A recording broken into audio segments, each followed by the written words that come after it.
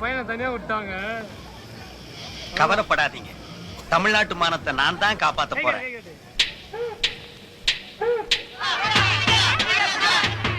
வர்றேன் வர்றேன்.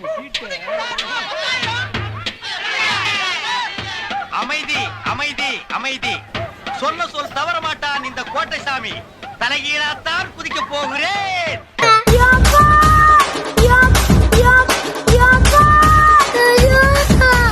வாய விட்றா, வாய விட்றா, வாய விட்றா.